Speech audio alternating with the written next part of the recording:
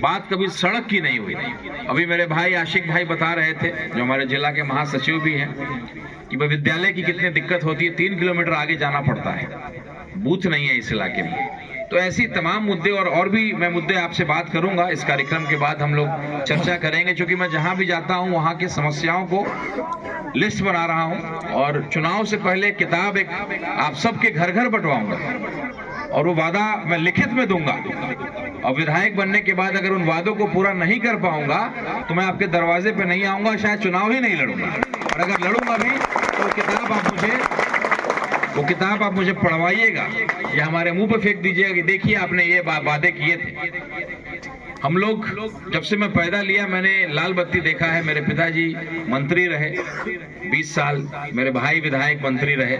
तो हम लोग पैसा कमाने नहीं आए हैं। बाकी जो व्यापारी लोग आते हैं या आए होंगे उनका मकसद कुछ और होगा, पैसा कमाना मकसद होगा।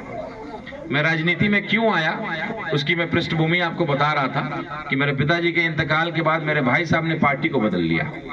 और वैसे लोग जो बुजुर्ग लोग जैसे आप बैठे हैं, गार्जियन लोग, ऐसे बहुत सारे लोग, नौजवान लोग जिनको मैंने बचपन से देखा था कि अपने सुख दुख में हमारे दरवाजे पे लोग आते थे, लेकिन उनकी दूरी बनते चली गई। और मैंने एक दो बार मैं उनके दरवाजे पे, उनके इंतकाल में, जनाजे में, निकाह में गया तो उन्होंने एक बात कही कि अब वो वाली बात नहीं रही। पहले जो अपनापन महसूस होता था सीताराम बाबू के जमाने में, अब आपके दरवाजे पे वो अपनापन महसूस नहीं होता है। तो हमने अपने भाई को कई बार समझाने का प्रयास किया कि सबको लेकर के चलना चाहिए। वोट बड़ी चीज नहीं है, एक परिवार है। सीताराम बाबू ने जो एक परिवार बनाया, एक बगीचा बनाया, वो बहुत बड़ा परिवार बनाया, उसको जिंदा रखना चाहिए।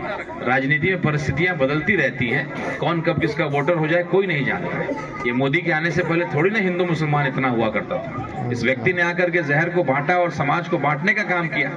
अभी 18 तारीख को आने वाले हैं मोतिहारी। मैं आप सब लोगों से, नौजवानों से आग्रह करता हूँ कि जिस तरीके से चीनी मिल के चाय का उन्होंने वादा किया था कि भाई जब मैं अगली बार आऊंगा तो चकिया और मोतिहारी का चीनी मिल चालू कराऊंगा और उसी चीनी का बना हुआ चाय पीऊंगा, उस वादे को उन्होंने पूरा नहीं किया।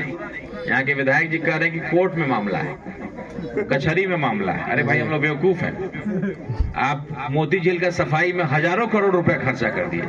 एक नया चीनी मिल बनाने में कितना रुपया लगता है? 20-25 करोड़ रुपया लगता है, तो नया चीनी मिल बना देते। यहाँ के किसान लोग, आप बुजुर्ग लोग पहले कितने संपन्न हुआ करते थे।